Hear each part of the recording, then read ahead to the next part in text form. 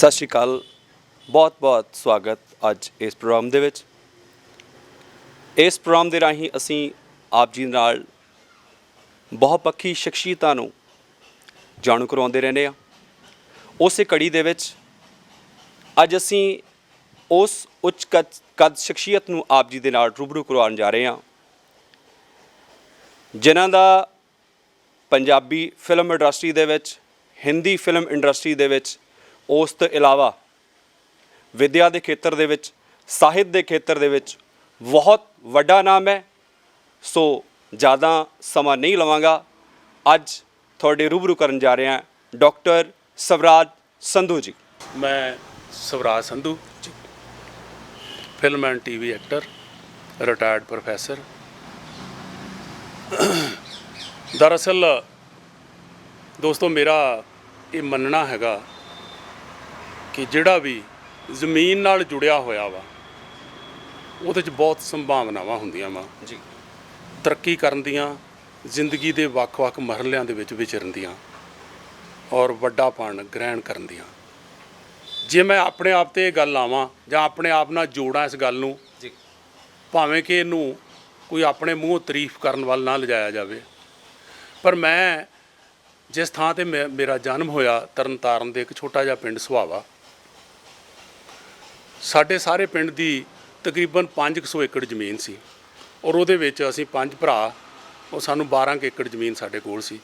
ਅਸੀਂ ਉਹ ਸਾਰੇ ਕੰਮ ਖੇਤੀਬਾੜੀ ਦੇ, ਜਿਹੜੇ ਕਿ ਨਿਮਨ ਵਰਗ ਦਾ ਛੋਟਾ ਕਿਸਾਨ ਛੋਟੀ ਕਿਸਾਨੀ ਵਿੱਚ ਕਰਦਾ, ਉਹ ਅਸੀਂ ਆਪਣੇ ਹੱਥੀਂ ਕਰਦੇ ਰਹੇ। ਤਕਰੀਬਨ 20 ਸਾਲ ਮੈਂ 11ਵੀਂ ਜਮਾਤ ਪਾਸ ਕਰਨ ਤੱਕ, ਉਸ ਵੇਲੇ ਹਾਇਰ ਸੈਕੰਡਰੀ ਹੁੰਦੀ ਸੀ, ਮੈਂ ਪਿੰਡ ਰਿਹਾ ਔਰ ਪਿੰਡ ਰਹਿ ਕੇ ਮੈਂ ਉਹ ਖੇਤੀਬਾੜੀ ਦੇ ਸਾਰੇ ਕੰਮ ਆਪਣੇ ਪੁਰਖਿਆਂ ਨਾਲ, ਆਪਣੇ ਪਿਤਾ ਜੀ ਦੇ ਨਾਲ, ਆਪਣੇ ਪਰਿਵਾਰ ਦੇ ਨਾਲ ਕਰਦਾ ਰਿਹਾ।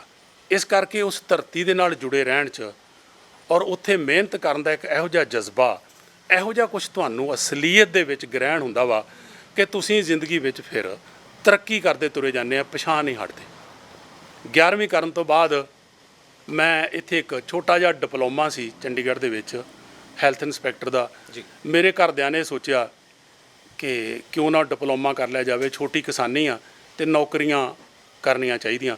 ਸੋ ਮੈਨੂੰ ਉਹ ਡਿਪਲੋਮੇ 'ਚ ਪਾ ਦਿੱਤਾ। ਮੈਂ ਉਹ ਡਿਪਲੋਮਾ ਕਰਕੇ ਇੱਥੇ ਹੀ ਹੈਲਥ ਦੇ ਵਿੱਚ ਇੰਸਪੈਕਟਰ ਦੀ ਜੋਬ ਮੈਨੂੰ ਮਿਲ ਗਈ ਔਰ ਉਹਨਾਂ ਦਿਨਾਂ ਵਿੱਚ ਵਿਆਹ ਬਹੁਤ ਜਲਦੀ ਹੋ ਜਾਂਦੇ ਸੀ ਔਰ ਸਾਡੇ ਵਰਗੇ ਜਿਹੜੇ ਪਰਿਵਾਰ ਹੈਗੇ ਸੀ, ਜਿਨ੍ਹਾਂ ਨੂੰ ਪਿੰਡ ਵਿੱਚ ਖਾਂਦੇ ਪੀਂਦੇ ਪਰਿਵਾਰ ਕਹਿ ਲਿਓ ਜੋ, ਉਹ ਸੋਚਦੇ ਸੀ ਕਿ ਮੁੰਡੇ ਜਿਹੜੇ ਛੇਤੀ ਵਿਆਹ 'ਤੇ ਜਾਣ, ਅਤੇ ਉਸ ਕਰਕੇ ਮੇਰਾ ਵੀ 18 ਸਾਲ ਦੀ ਉਮਰ 'ਚ ਵਿਆਹ ਹੋ ਗਿਆ। ਔਰ ਉਹਦੇ ਨਾਲ ਜਦੋਂ ਮੈਂ ਚੰਡੀਗੜ੍ਹ ਆ ਗਿਆ, ਨੌਕਰੀ ਮੈਨੂੰ ਇੱਥੇ ਮਿਲ ਗਈ ਅਤੇ ਮੇਰੇ ਨਾਲ ਮੇਰੀ ਘਰ ਵਾਲੀ, ਫਿਰ ਸਾਡਾ ਇੱਥੇ ਛੋਟਾ ਜਿਹਾ ਪਰਿਵਾਰ, 2 ਬੇਟੇ ਹੋ ਗਏ। ਅਸੀਂ ਦੋਨੇ ਜਣੇ ਨੌਕਰੀ ਕਰਦੇ ਰਹੇ, ਉਹਨੂੰ ਵੀ ਹੈਲਥ ਵਿੱਚ ਨੌਕਰੀ ਮਿਲ ਗਈ ਔਰ ਉਸ ਨੌਕਰੀ ਦੌਰਾਨ 2-4 ਸਾਲ 'ਤੇ ਸੁਰਤ ਨਹੀਂ ਆਈ। ਉਸ ਤੋਂ ਬਾਅਦ ਫਿਰ ਮੈਂ ਪੜ੍ਹਨਾ ਸ਼ੁਰੂ ਕੀਤਾ ਅਤੇ ਮੈਂ ਫਿਰ ਆਪ ਹੀ ਪ੍ਰਾਈਵੇਟ ਹੀ BA ਪਾਸ ਕੀਤੀ, ਫਿਰ ਮੈਂ MA ਪਾਸ ਕੀਤੀ, ਇੱਕ ਹੋਰ MA ਪਾਸ ਕੀਤੀ, ਫਿਰ ਮੈਂ MPhil ਪੰਜਾਬੀ ਜਿਹੜੀ ਉਹ ਮਹਿਕਮੇ ਤੋਂ ਛੁੱਟੀ ਲੈ ਕੇ ਉਹ ਪਾਸ ਕੀਤੀ। ਉਹਦੇ 'ਚ ਮੈਂ ਟੌਪ ਕੀਤਾ ਯੂਨੀਵਰਸਿਟੀ 'ਚੋਂ ਔਰ MPhil ਤੋਂ ਬਾਅਦ ਫਿਰ ਮੈਂ PhD ਕੀਤੀ ਪੰਜਾਬੀ ਵਿੱਚ ਔਰ ਆਪਣੇ ਮਹਿਕਮੇ ਦੀ ਇਜਾਜ਼ਤ ਦੇ ਨਾਲ ਮੈਂ ਸ਼ਾਮ ਨੂੰ ਕਾਲਜਾਂ ਦੇ ਵਿੱਚ 1-2 ਕਲਾਸਾਂ ਲਾਉਣ ਲੱਗ ਪਿਆ।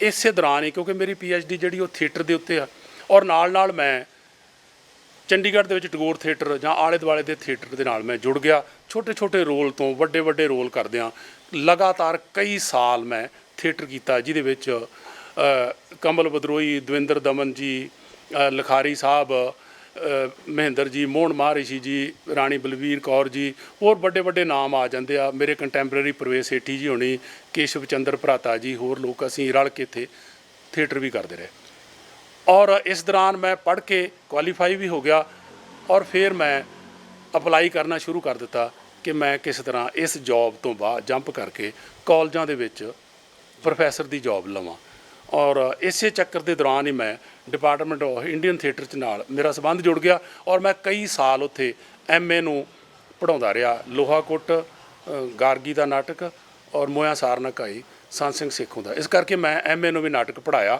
ਮੇਰੇ ਪੜ੍ਹਾਏ ਹੋਏ ਉੱਥੋਂ ਬਹੁਤ ਸਾਰੇ ਸਟੂਡੈਂਟ ਅੱਜ ਫਿਲਮਾਂ ਦੇ ਵਿੱਚ ਅਤੇ ਪੰਜਾਬੀ ਸਿਨੇਮੇ ਦੇ ਵਿੱਚ ਐਸਟੈਬਲਿਸ਼ ਹੋ ਚੁੱਕੇ ਆ। ਉਹ ਕੋਈ ਡਾਇਰੈਕਟਰਸ਼ਿਪ ਦੇ ਵਿੱਚ, ਕੋਈ ਟੈਕਨੀਸ਼ੀਅਨ, ਕੋਈ ਐਕਟਿੰਗ 'ਚ, ਕੋਈ ਕਿਸ ਤਰ੍ਹਾਂ, ਸਾਰੇ ਸੈੱਟ ਨੇ। ਉਹ ਮੇਰੇ ਸਟੂਡੈਂਟ ਇੱਥੋਂ ਨਿਕਲੇ ਨੇ। ਫਿਰ 96 ਦੇ ਵਿੱਚ ਮੈਨੂੰ ਪਰਮਾਨੈਂਟ DAV ਕਾਲਜ ਦੇ ਵਿੱਚ ਪ੍ਰੋਫੈਸਰਸ਼ਿਪ ਮਿਲ ਗਈ। ਇੱਥੋਂ ਹੀ ਫਿਰ ਮੈਂ ਰਿਟਾਇਰ ਹੋਇਆ ਵਾਂ। 17 ਦੇ ਵਿੱਚ ਮੈਂ ਆਰਟ ਕਾਲਜ ਦੇ ਵਿੱਚ ਹੀ ਨਾਲ ਅਸੀਂ ਕਾਲਜ ਤੋਂ ਪੜ੍ਹਾਉਣ ਜਾਂਦੇ ਹੁੰਦੇ ਸੀ। ਉਸ ਕਾਲਜ ਨਾਲ ਵੀ ਮੇਰਾ ਬਹੁਤ ਸੰਬੰਧ ਆ, ਉੱਥੋਂ ਦੇ ਬੱਚੇ ਵੀ ਮੇਰੇ ਕਾਫੀ ਸਟੂਡੈਂਟ ਨੇ। ਸੋ ਇਹਨਾਂ ਸਾਰੇ ਦਾਇਰੇ ਤੋਂ ਮੈਂ ਆਲਮੋਸਟ 17 ਦੇ ਵਿੱਚ ਫਿਰ ਮੈਂ 2017 'ਚ ਰਿਟਾਇਰ ਹੋ ਗਿਆ ਸਾਰੇ ਪਾਸਿਆਂ ਤੋਂ। ਡਾਕਟਰ ਸਾਹਿਬ, ਇਹ ਕੀ ਕਾਰਨ ਹੈ ਕਿ ਜਿਹੜੀ ਅੱਜ ਦੀ ਸਾਡੀ ਨੌਜਵਾਨ ਪੀੜ੍ਹੀ ਹੈ ਜਾਂ ਸਾਡੇ ਬੱਚੇ ਨੇ, ਉਹ ਪੰਜਾਬੀ ਸਾਹਿਤ ਤੋਂ ਟੁੱਟਦੇ ਜਾ ਰਹੇ ਨੇ ਜਾਂ ਪੰਜਾਬੀ ਸਾਹਿਤ ਦੇ ਨਾਲ ਜੁੜ ਨਹੀਂ ਰਹੇ? ਉਹਦਾ ਕੀ ਕਾਰਨ?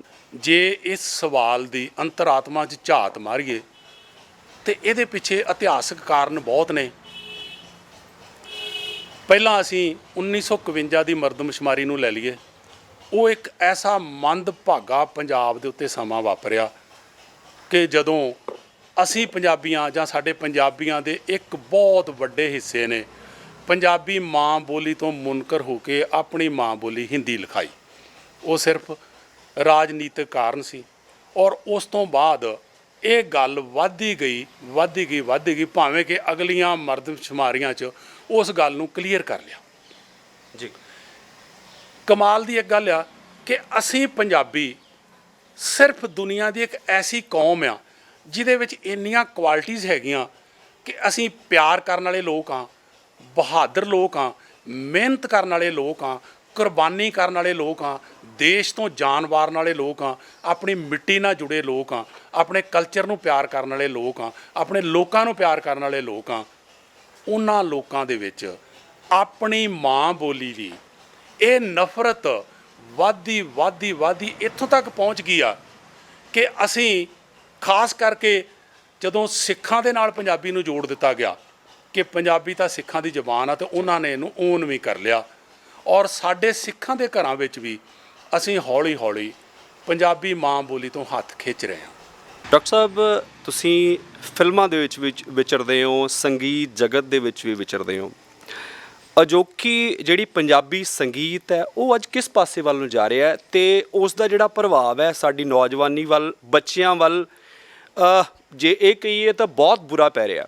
ਜੇ ਆਪਾਂ ਗੱਲ ਕਰੀਏ, ਪੰਜਾਬੀ ਜਿਹੜੀ ਕੌਮ ਹੈਗੀ ਹੈ ਹਮੇਸ਼ਾ ਅਗਰੈਸਿਵ ਰਹੀ ਹੈ ਨਾ। ਅਗੇਤੇ ਅਸੀਂ ਬਹੁਤ ਜ਼ਿਆਦਾ ਉਤਸ਼ਾਹਿਤ ਵੀ ਹੋ ਜਾਂਦੇ ਹਾਂ, ਪਰ ਅੱਜ ਜਦ ਤੱਕ ਇਹ ਲੱਗਦਾ ਹੈ ਕਿ ਜਿਹੜਾ ਉਤਸ਼ਾਹ ਹੈ, ਸਾਡੀ ਜਿਹੜੀ ਕਾਲ ਹੈ, ਉਹਨੂੰ ਗਲਤ ਪਾਸੇ ਵੱਲ ਲਿਜਾਇਆ ਜਾ ਰਿਹਾ ਹੈ। ਦਰਅਸਲ ਜਿਹੜਾ ਗੀਤ ਸੰਗੀਤ ਆ ਜਾਂ ਫਿਲਮ ਆ ਜਾਂ ਇਹ ਜਿਹੜਾ ਮੀਡੀਅਮ ਹੈਗਾ, ਇਹ ਮਾਧਿਅਮ ਆ, ਇਹ ਕਮਰਸ਼ੀਅਲ ਬਹੁਤ ਹੋ ਗਿਆ ਜੀ। ਇਹਦੇ ਵਿੱਚ ਪਹਿਲਾ 1 ਨੰਬਰ ਮੋਟੋ ਦਾ ਪੈਸਾ ਕਮਾਉਣਾ, ਪੈਸਾ ਲਾਉਣਾ ਤੇ ਉਹਨੂੰ 3-4 ਗੁਣਾ ਕਮਾਉਣਾ। ਜਦੋਂ ਪੈਸਾ ਕਮਾਉਣਾ ਹੋਵੇ ਨਾ ਤੇ ਉਹਦੇ ਵਿੱਚ ਰਹਿਤਲ, ਕਲਚਰ, ਮਾਂ ਬੋਲੀ ਜਾਂ ਹੋਰ ਆਸਪੈਕਟ ਜਿਹੜੇ ਆ ਉਹ ਸੈਕੰਡਰੀ ਹੋ ਜਾਂਦੇ ਆ। ਸਭ ਤੋਂ ਪਹਿਲਾਂ ਹੁੰਦਾ ਪੈਸਾ ਲਾਉਣਾ ਤੇ ਕਮਾਉਣਾ, ਵੱਧ ਤੋਂ ਵੱਧ ਕਮਾਉਣਾ। ਔਰ ਉਸ ਕਮਾਈ ਦੇ ਵਿੱਚ ਸਾਨੂੰ ਪੰਜਾਬੀਆਂ ਦੇ ਵਿੱਚ ਸਾਡੇ 'ਚ ਕਈ ਤਰ੍ਹਾਂ ਦੇ ਜੇ ਚੰਗਿਆਈਆਂ ਸਾਡੇ 'ਚ ਤੇ ਉਹ ਬੁਰਾਈਆਂ ਵੀ ਸਾਡੇ 'ਚ ਉਸੇ ਤਰ੍ਹਾਂ ਦੀਆਂ। ਕਿਸ ਤਰ੍ਹਾਂ ਕਿ ਅਸੀਂ ਵਿਖਾਵਾ ਬਹੁਤ ਕਰਦੇ ਹਾਂ, ਸਾਨੂੰ ਸ਼ੋਅ ਆਫ ਬਹੁਤ ਕਰਨਾ ਆਉਂਦਾ ਕਿ ਜਿਹਦੀ ਕੋਠੀ ਵੇਖੀ ਅਸੀਂ ਉਹ ਤੋਂ ਵੱਡੀ ਬਣਾਉਂਦੇ ਹਾਂ। ਉਹਨੇ ਵਿਆਹ 'ਚ 5 ਲੱਖ ਲਾਇਆ, ਅਸੀਂ 10 ਲਾਉਣਾ ਵਾ। ਉਹਨਾਂ ਨੇ ਇਹ ਕੰਮ ਕੀਤਾ, ਅਸੀਂ ਵੱਡਾ ਕਰਨਾ ਵਾ। ਅਸੀਂ ਉਸ ਚੱਕਰ ਵਿੱਚ ਉੱਜੜਦੇ ਹਾਂ ਤੇ ਉੱਜੜਦੇ ਰਵਾਂਗੇ। ਹੁਣ ਗੱਲ ਹੈਗੀ ਗੀਤ ਸੰਗੀਤ ਦੀ। ਤੁਸੀਂ ਹੈਰਾਨ ਹੋ ਗਏ ਗੀਤ ਸੰਗੀਤ ਦੇ ਵਿੱਚ ਕੀ ਕੁਝ ਪਰੋਸਿਆ ਜਾ ਰਿਹਾ। ਮੈਂ ਵੀ ਉਹਨਾਂ ਦਾ ਪਾਰਟ ਆ ਕਿਉਂਕਿ ਮੈਂ ਤਾਂ ਇੱਕ ਐਕਟਰ ਹਾਂ, ਐਕਟਿੰਗ ਕਰਦਾ। ਉਹਦੇ ਵਿੱਚ ਮੇਰਾ ਉਸ ਗੀਤ ਲਿਖਣ 'ਚ, ਉਹਨੂੰ ਗਾਉਣ 'ਚ, ਉਹਨੂੰ ਪਰਫਾਰਮ ਕਰਨ 'ਚ ਕੋਈ ਹੱਥ ਨਹੀਂ ਹੁੰਦਾ। ਮੈਂ ਤਾਂ ਉਹਦਾ ਇੱਕ ਪਾਰਟ ਆ ਐਕਟਿੰਗ ਦੇ ਰਾਹੀਂ।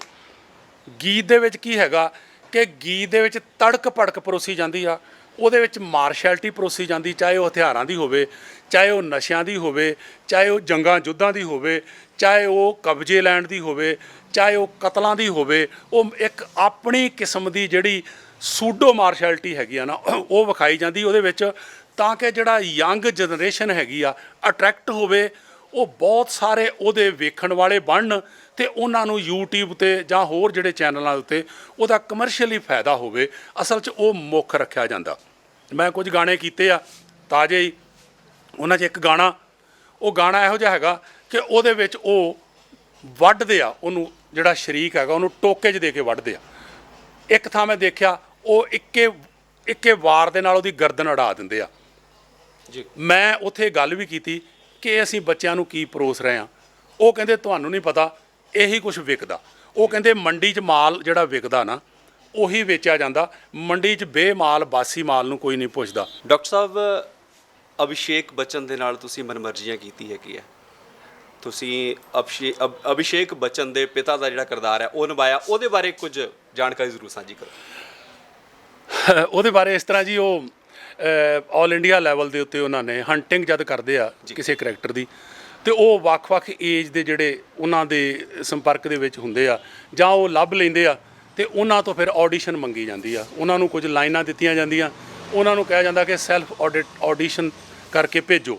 ਤੋਂ ਮੈਂ ਵੀ ਕੈਜੂਅਲੀ ਜਿਹੜੀਆਂ ਮੈਨੂੰ ਲਾਈਨਾਂ ਆਈਆਂ ਬੰਬੇ ਤੋਂ, ਉਹ ਮੁਕੇਸ਼ ਛਾਬੜਾ ਜੀ ਹੈਗੇ ਆ ਕਾਸਟਿੰਗ ਡਾਇਰੈਕਟਰ, ਉਹਨਾਂ ਨੇ ਮੈਨੂੰ ਭੇਜੀਆਂ ਔਰ ਮੈਂ ਉਹ ਕਿਸੇ ਦੋਸਤ ਦੀ ਮਦਦ ਨਾਲ ਮੋਬਾਈਲ ਦੇ ਉੱਤੇ ਭੇਜੀਆਂ ਔਰ ਉਹਨਾਂ ਨੇ ਫਿਰ ਮੈਨੂੰ ਮੈਸੇਜ ਆਇਆ ਕਿ ਇਹਨੂੰ ਇਸ ਐਂਗਲ ਤੋਂ ਕਰਕੇ ਭੇਜੋ। ਉੱਥੇ ਲਾਈਨਾਂ ਇੰਪੋਰਟੈਂਟ ਨਹੀਂ ਹੁੰਦੀਆਂ, ਉੱਥੇ ਤੁਹਾਡਾ ਬਾਡੀ ਜੈਸਚਰ, ਤੁਹਾਡਾ ਬੋਲਣ ਦਾ ਸਟਾਈਲ, ਤੁਹਾਡਾ ਡਾਇਲੌਗ ਡਿਲੀਵਰੀ, ਤੁਹਾਡੇ ਪੋਸਚਰ, ਤੁਹਾਡਾ ਚਿਹਰਾ, ਤੁਹਾਡੀਆਂ ਮੂਵਮੈਂਟਸ ਇਹ ਦੇਖੀਆਂ ਜਾਂਦੀਆਂ।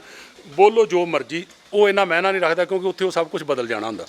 ਉਹਨਾਂ ਨੇ ਮੈਨੂੰ ਥੋੜ੍ਹੇ ਐਂਗਲ ਦੱਸੇ, ਮੈਂ ਉਹ ਦੁਬਾਰਾ ਕਰਕੇ ਭੇਜੀ ਤੇ ਉਹਨਾਂ ਦਾ ਆ ਗਿਆ ਕਿ ਤੁਸੀਂ ਲੌਕਡ ਹੋ ਗਏ ਆ ਤੇ ਇਸ ਰੋਲ ਲਈ। ਫਿਰ ਅਸੀਂ ਕੋਈ 3 ਸਾਲ ਪਹਿਲਾਂ ਦੀ ਗੱਲ ਹੈ, ਜਦ ਅਸੀਂ ਫਿਰ ਅੰਮ੍ਰਿਤਸਰ ਦੇ ਵਿੱਚ 1 ਮਹੀਨੇ ਲਈ ਇੱਕ ਹੋਟਲ ਦੇ ਵਿੱਚ ਮੈਨੂੰ ਉਹਨਾਂ ਨੇ ਸੱਦਿਆ ਸੀ। ਉੱਥੇ ਰਹਿ ਪੂਰੀ ਯੂਨਿਟ ਬੰਬੇ ਤੋਂ ਆ ਕੇ ਉੱਥੇ ਠਹਿਰੀ ਹੋਈ ਸੀ ਤੇ ਕੁਝ ਅਸੀਂ ਲੋਕ ਵੱਡੇ ਹੋਟਲ 'ਚ ਠਹਿਰੇ ਸੀ, ਬਾਕੀ ਹੋਰਨਾਂ ਹੋਟਲਾਂ ਦੇ ਵਿੱਚ। ਉਹ ਤਜਰਬਾ ਇੰਨਾ ਕਮਾਲ ਦਾ ਸੀ ਕਿ ਉੜਤਾ ਪੰਜਾਬ ਤੋਂ ਬਾਅਦ ਮੈਨੂੰ ਕਿਸੇ ਐਸਟੈਬਲਿਸ਼, ਕਿਸੇ ਨੋਨ ਫੇਸ ਦੇ ਨਾਲ ਕੰਮ ਕਰਨਾ ਪਿਆ। ਔਰ ਅੱਜ ਕੱਲ੍ਹ ਉਹ ਵਿਚਾਰੇ ਉਹ ਸੁਰਖੀਆਂ ਦੇ ਵਿੱਚ ਵੀ ਹੈਗੇ ਨੈਗੇਟਿਵਲੀ, ਆਪਣਾ ਅਨੁਰਾਗ ਕੈਸ਼ਪ ਜੀ। ਪਰ ਮੈਂ ਜਿੰਨਾ ਕੁ ਉਹਨਾਂ ਨੂੰ ਮਿਲਿਆ, ਮਹੀਨਾ ਭਰ ਉਹਨਾਂ ਕੰਮ ਕੀਤਾ, ਮੈਨੂੰ very fine director, very fine man, ਬਹੁਤ ਅੱਛਾ ਆਦਮੀ, ਬਹੁਤ ਪਿਆਰਾ ਆਦਮੀ ਮੈਨੂੰ ਲੱਗਾ। ਉਹਦੇ ਕੰਮ ਕਰਨ ਦਾ ਸਟਾਈਲ, ਉਹਦੇ ਕੰਮ ਲੈਣ ਦਾ ਸਟਾਈਲ, ਉਹਦਾ ਐਕਟਰਾਂ ਦੇ ਨਾਲ ਬਿਹੇਵੀਅਰ ਮੈਨੂੰ ਇੰਨਾ ਕਮਾਲ ਦਾ ਲੱਗਾ ਕਿ ਤੁਹਾਨੂੰ ਮਹਿਸੂਸ ਹੀ ਨਹੀਂ ਹੁੰਦਾ ਕਿ ਤੁਸੀਂ ਐਡੇ ਵੱਡੇ ਡਾਇਰੈਕਟਰ ਨਾਲ ਕੰਮ ਕਰ ਰਹੇ ਆ। ਮੈਨੂੰ ਕਿਉਂਕਿ ਅਭਿਸ਼ੇਕ ਬੱਚਨ ਨਾਲ ਮੇਰੇ 3-4 ਸਾਂਝੇ ਕਰੈਕਟਰ ਹੈਗੇ, ਸਾਂਝੇ ਰੋਲ ਆ, ਮੈਨੂੰ ਕੋਈ ਮਹਿਸੂਸ ਨਹੀਂ ਹੋਇਆ ਔਰ ਮੈਂ ਇੰਨਾ ਖੁੱਲ੍ਹ ਕੇ ਉਹਦੇ 'ਚ ਕੰਮ ਕੀਤਾ। ਉਹ ਫਿਲਮ ਦੇਖਣ ਤੋਂ ਬਾਅਦ ਤੁਹਾਨੂੰ ਪਤਾ ਲੱਗੂਗਾ ਕਿ ਉਹ ਮੇਰਾ ਇੱਕ ਕਿਸਮ ਦਾ ਗੋਲਡਨ ਐਕਸਪੀਰੀਅੰਸ ਹੈਗਾ ਵਾ। ਮੈਨੂੰ ਉਹ ਬਹੁਤ ਯਾਦ ਆਉਂਦਾ, ਬਹੁਤ ਪਿਆਰਾ ਐਕਸਪੀਰੀਅੰਸ, ਔਰ ਉਹਦਾ ਮੈਂ ਸਾਰਾ ਕ੍ਰੈਡਿਟ ਜਿਹੜਾ ਨਾ ਉਹ ਅਨੁਰਾਗ ਕੈਸ਼ਪ ਨੂੰ ਦਿੰਦਾ ਵਾਂ। ਅੱਜ ਚਾਹੇ ਉਹਨੂੰ ਜਿਸ ਤਰ੍ਹਾਂ ਵੀ ਮਰਜ਼ੀ ਲਿਆ ਜਾਵੇ, ਮੈਂ ਤਾਂ ਦੁਆ ਕਰਦਾ ਕਿ ਉਹ ਇਸ ਸਾਰੇ ਪ੍ਰੋਸੈਸ 'ਚੋਂ ਸੇਫ ਬਚਣ, ਨਿਕਲਣ ਇਹਦੇ ਵਿੱਚੋਂ। ਪਰ ਵੈਰੀ ਫਾਈਨ ਮੈਨ ਔਰ ਇੰਨਾ ਕੋਆਪਰੇਟਿਵ ਆਦਮੀ, ਔਰ ਉਸ ਸਾਰੇ ਯੂਨਿਟ ਦੇ ਵਿੱਚ ਉਹ ਸਾਰਾ 1 ਮਹੀਨਾ ਇਕੱਠੇ ਰਹਿ ਕੇ ਜੋ ਅਸੀਂ ਇੰਜੋਏ ਕੀਤਾ ਔਰ ਜਿਸ ਪਿਆਰ ਨਾਲ ਅੰਮ੍ਰਿਤਸਰ ਦੀਆਂ ਗਲੀਆਂ ਵਿੱਚ ਅਸੀਂ ਫਿਲਮ ਬਣਾਈ। ਮੈਨੂੰ ਯਾਦ ਆ ਉਹ ਛੋਟਾ ਜਿਹਾ ਇਲਾਕਾ ਲਛਮਣਸਰ ਚੌਂਕ, ਮੈਂ ਤਾਂ ਕਦੀ ਗਿਆ ਨਹੀਂ ਸੀ ਉੱਥੇ, ਸਾਈਕਲ 'ਤੇ ਵੀ ਨਹੀਂ ਬੰਦਾ ਲੰਘ ਸਕਦਾ ਜਿੱਥੇ ਅਸੀਂ ਸ਼ੂਟ ਕੀਤਾ ਉਹ, ਔਰ ਉਹ ਕਮਾਲ ਦਾ ਐਕਸਪੀਰੀਅੰਸ ਸੀ ਮੇਰੇ ਵਾਸਤੇ। ਬਹੁਤ ਬਹੁਤ ਧੰਨਵਾਦ ਡਾਕਟਰ ਸਵਰਾਜ ਸੰਧੂ ਜੀ, ਜਿਨ੍ਹਾਂ ਦੇ ਨਾਲ ਬੈਠ ਕੇ ਅੱਜ ਅਸੀਂ ਬਹੁਤ ਸਾਰੀਆਂ ਗੱਲਾਂ ਕੀਤੀਆਂ, ਉਹਨਾਂ ਦੀ ਜੀਵਨ ਦੇ ਬਾਰੇ, ਉਹਨਾਂ ਦੀ ਵਿਦਿਆ ਦੇ ਬਾਰੇ, ਉਹਨਾਂ ਦੀ ਫਿਲਮਾਂ ਦੇ ਬਾਰੇ, ਉਹਨਾਂ ਦੇ ਪਰਿਵਾਰ ਦੇ ਬਾਰੇ ਬਹੁਤ ਸਾਰੀਆਂ ਗੱਲਾਂ ਕੀਤੀਆਂ। ਬਹੁਤ ਸਾਰੀਆਂ ਅਜਿਹੀਆਂ ਗੱਲਾਂ ਜਿਹੜੀਆਂ ਸਾਨੂੰ ਜਾਣਨ ਨੂੰ ਮਿਲੀਆਂ, ਜਿਹੜੀਆਂ ਕਿ ਪੰਜਾਬੀ ਸੰਗੀਤ ਜਗਤ ਦੇ ਵਿੱਚ ਜਾਂ ਫਿਲਮ ਜਗਤ ਦੇ ਵਿੱਚ ਨਹੀਂ ਸਾਨੂੰ ਸਮਝ ਪੈਂਦੀਆਂ। ਸੋ ਬਹੁਤ ਬਹੁਤ ਧੰਨਵਾਦ ਡਾਕਟਰ ਸਵਰਾਜ ਸੰਧੂ ਜੀ, ਆਪ ਜੀ ਨਾਲ ਗੱਲ ਕਰਕੇ ਬਹੁਤ ਸਾਨੂੰ ਵਧੀਆ ਲੱਗਿਆ। ਧੰਨਵਾਦ ਜੀ। ਸ਼ੁਕਰੀਆ ਜੀ ਤੁਹਾਡਾ ਵੀ, ਤੁਸੀਂ ਟਾਈਮ ਕੱਢ ਕੇ ਆਏ ਔਰ ਮੇਰੇ ਰਾਹੀਂ ਆਪਾਂ ਬਹੁਤ ਸਾਰੀਆਂ ਗੱਲਾਂ ਕੀਤੀਆਂ। ਥੈਂਕ ਯੂ ਜੀ, ਥੈਂਕ ਯੂ ਵੈਰੀ ਮੱਚ।